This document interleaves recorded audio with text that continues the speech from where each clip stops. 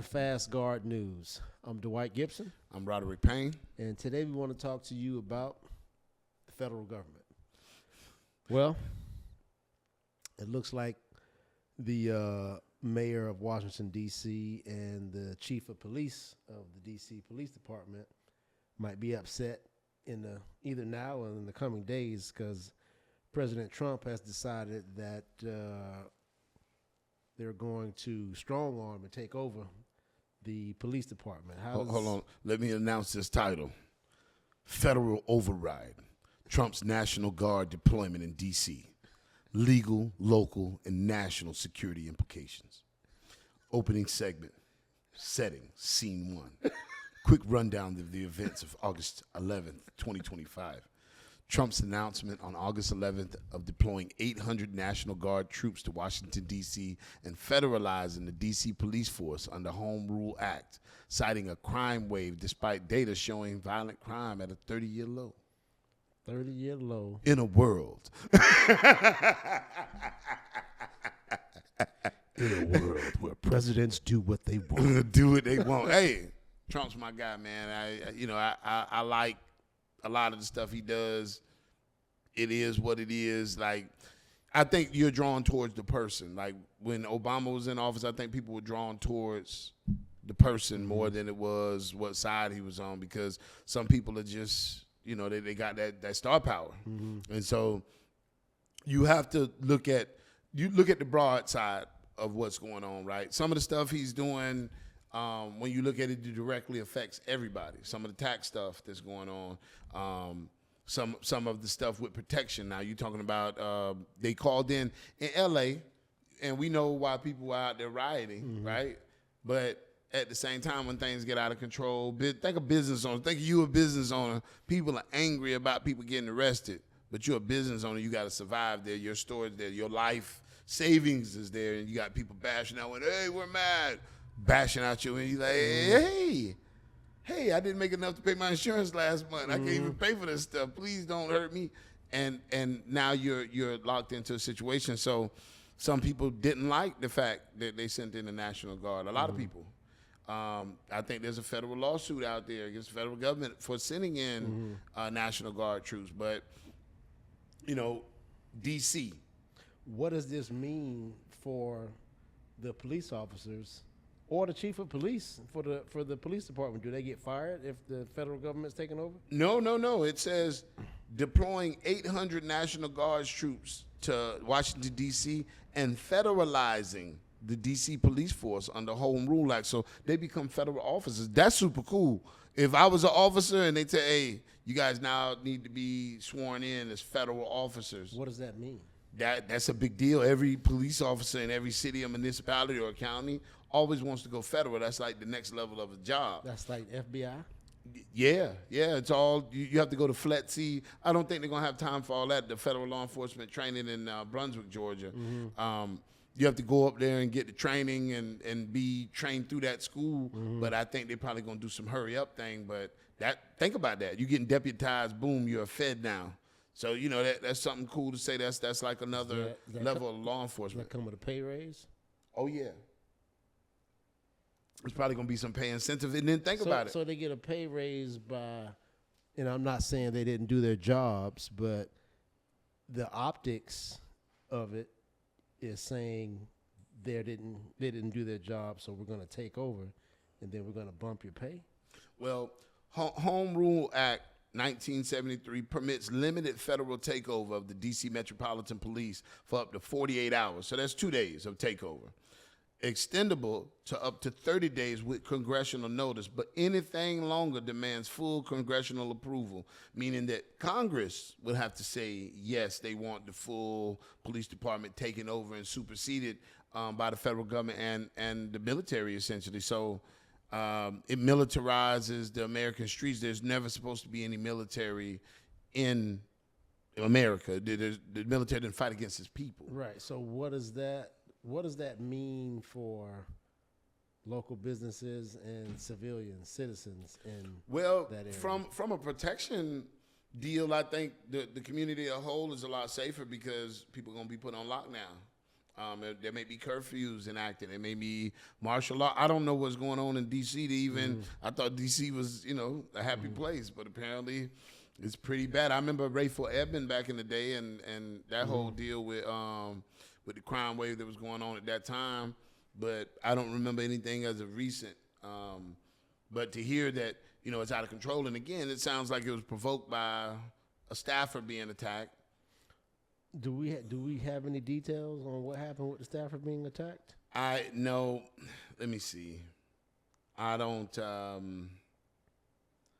see anything in the notes about who the staffer was. I'm pretty sure I can look it up relatively quickly. But somebody got attacked. He said key motivations. He stated crime, public safety, and the assault on his staffer. That's coming from India today. So the Posse Comitatus Act, 1878, restricts use of federal troops for domestic law enforcement, though exceptions exist. The D.C. National Guard, under federal command, is not subject to the same restrictions. Insurrection Act of 1807 allows military deployment in case of rebellion or insurrection. It remains unclear if this applies here. So we don't even know why it's being requested, because is there an insurrection? Is there about to be an insurrection? Remember, D.C.'s a city-state, so it has a whole nother set of rules. Security guards up there can be special police. They have arrest powers. So there's a lot of things at play and a lot of things to know to you as the normal citizen. I mean, it might violate some of your civil rights. There may be times where they say you can't go outside just because this is under Crime Watch now. This has all the makings of constitutional overreach. What are you doing?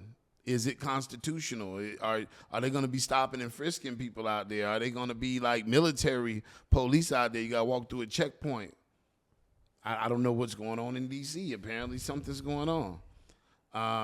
Well, it can't be that bad. I mean, we're not there, but according to the data, the crime is the lowest it's been in 30 years. In 30 years, like you said, it could be 1% though.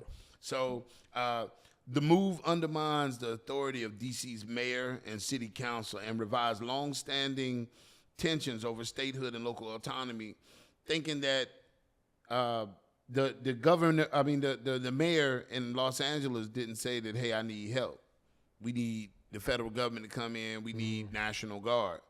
They said the exact opposite. We can take care of it. Our police force is handling it. And she was basically vetoed. The lawsuit is all around that, like how that's not legal, not constitutional. So now in D.C., again, operating on its own set of rules, and the White House is there and everything else is there. And they're, all of these things are cited all over the internet. Militarized policing in civilian spaces may impact accountability, transparency, and public trust, especially as the city shows progress in reducing violent crime. So it's down to the 30-year low, and then you bring in RoboCop. I don't think you remember that movie. I do. What did he say? I watched that movie. Dead or alive, you're coming with me, punk. You know what I'm saying? It was cool when we was kids, but you got to think that you want that type of. That might be a thing in the very near future. I mean, yeah. I mean, we know that they're working on robots and all of this stuff. But before we flash to the future, right? Let's look at what it means for like you said, your everyday deal. You go into the park. There's a National Guard truck, military guy with AR-15 on every corner. What happens if, like police, I watched a lot of videos as a former law enforcement officer, retired. I show great compassion for law enforcement. I always back the blue, right? When it's right. I don't back anything that's wrong. But I seen a video, I think I sent it to you, of this law enforcement officer. He was on a regular traffic stop, and the guy had AR-15, and he looked like he gunned him down beside the road. And you see things like that happen, and it's like, okay, what if that happens to the National Guard? What's their reaction? They're going to tear the streets in half? They're going to shut everything down, I'm assuming. No, well, that's what I'm saying. Like, what that people will try it with law enforcement here, so what's stopping them from trying? They're going to feel the full weight of the United States government, I believe. And that's where it kind of gets volatile, because What does that mean in civilian areas where every bullet matters, where you could be shooting at a subject to take him down because he's a threat, but behind the subject there's children, there's a park, there's people, there's families. What happens then? That's when things get ugly on the streets, and that's what we want to try to. That's why people are like, no, we don't need that. These individuals having police academy. I went for 11 months. They have a shortened version, which is the day academy. That's like 5 or 6 months. I went 11 months at night after my regular job and all day Saturday. The only day I had off was Sunday, and I worked another job then. So it's paramilitary. It's putting you in a mindset of militarized type feel. It's helping you become more confident in learning the laws. It's teaching you how to deal with civilians. You do role playing. You do a lot of different scenario based. Understand they even have the shooting scenario. When I went to Miami-Dade Police Academy, they have a thing that shoots little balls at you. Like if a criminal jumps out the corner and kills you in the house, you get shot. And it'll wake you up because it's like virtual reality. But these are the things that law enforcement go through. Military is a whole nother set. They're not teaching people how to, community police and play basketball with little kids. They teach people how to put people in chokeholds and to take people down and subdue them in a war zone. So I think those two different schools of thought. I mean, we see what's going on with ICE right now. They, it's like cowboys out there. Again, it's law enforcement. Sometimes it got to get a little ugly. It's a big job. They got to be done. It could not look so pretty. Hopefully they got a plan behind it. So what could be the outcome of this? Like how could this be positive? I think it become positive if it lowers crime to zero for the first time. If that happens, then maybe people will respect it so much. I don't think criminals will exist. I don't think that'll ever happen. I mean, but if it does, what if this is America was founded on criminal activity? You're right. You're right. We're never going to get rid of criminals. It was a 211 all the way. So, okay. So say if that does happen, all of a sudden we got complete peace in the streets. Okay. Nobody's committing a crime. Everybody's scared to speak because RoboCop's out there. All right. What does that do to the community? Does it make it that much safer? They're going to have to sub out some of the work, guys. It's not enough military guys. Even if you have 800 and you run them 24 hours a day, that's 168 hours in a week, right? That's a lot of hours. Times 800. and so now you need 1,600. It's a lot of people. So you're going to have to have security and some law enforcement, and you got to deputize a bunch of people. So there's different things that are going to have to come in place for that to really take hold. But it's a bold move. What's the end game, though? Does the federal government really want to get into policing all the major metropolitan cities? Well, what that says is it says two things. It tells the mayor or the local city council because it usurps them. It puts them in a situation where you're saying you don't care about what we're saying about our city, which we're left in control of. You're doing what you want to do. So it says that they're not doing their job effectively. And then it's saying also, you've been doing your model of community policing. Let us try something else. Let us put some boots on the ground. Let us put some real consequences out there and see if people still act the same. So, that could be good and bad. It's un-American. America is the land of the free. But, we're going to see how all of that plays out. I think that if – I don't want to predict anything, but, like, if a soldier gets touched, then what's the reaction? How does a soldier react to a civilian touching them any type of way? Kids throwing eggs at the car, or how do these things? How do you react to that as a soldier? That's really the question that needs to be asked. Yeah, that's still to be determined, I guess. Yeah, because that could get ugly real quick. And again, soldiers are taught a whole nother set. Like a police officer versus a soldier, the soldier wins that battle almost every time because they're taught different tactics. Almost every time. The National Guard, I mean, it's not. They're not bringing in Marines. Yeah. I mean, they might be weekend warriors for now, but they're also, a lot of them went from full-time military service to now they're in the National Guard or they're in the reserve. You know, my cousin did that. He was in PBSO. He was a captain, and he was also in the reserves just to keep keep his stuff active or whatever the case. With the reason why he did it, maybe he loved serving his country. But yeah, so some of those guys are real. You don't know, you don't know who you're getting. I don't know if you've seen some of the takedown tactics, but it's not light. To say the least, you might get your jaw broken, on a traffic stop. Oh man, it could be good, could be bad. What happens if how does the mayor and the White House work together going forward? I think they got to come to a happy medium. I think the happy medium is they can't do that.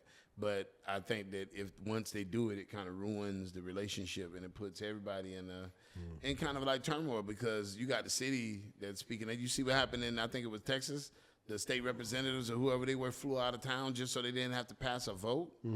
Like there's a lot of stuff going on in politics right now.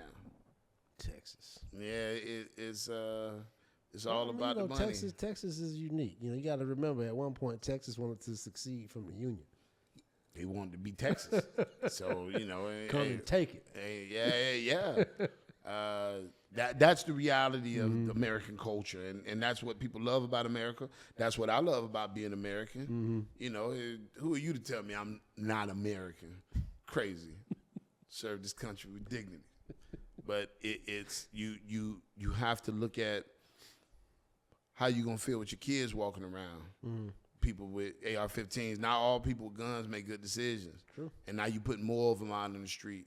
The training on ethics that comes in, because with complete power comes, if you got complete power over something, it's gonna come a little bit of a lot of responsibility. Well, not just responsibility. There's gonna be some. You're gonna feel a certain way, and maybe your friend is in charge of this, and people are speaking against your friend. There's gonna be some type of, what's the word I'm looking for? Animosity. And not just animosity. There's gonna be some corruption. It has to be corrupt. Like there's no way you can say you're in complete power of something. You run the entire thing, rooter to tutor, and nobody else can make a decision against you if they do that wrong. It's gonna bring corruption. Yeah. You're gonna, like, your daughter is the prettiest. Who else is gonna win that beauty contest? No way. And the minute somebody speaks against that, put them in jail forever. So you got to think. Some people think that extreme. Yeah. All right, that wraps us, guys. Like, comment, subscribe, share. Tell us what you think in the comments about how this thing could play out with the nation's capital and the local police. The nation's capital under siege. You guys can reach us online at www.fastguardservice.com or by phone at 844-254-8273. We hope to hear from you soon. Thank you and have a great day. Have a nice one.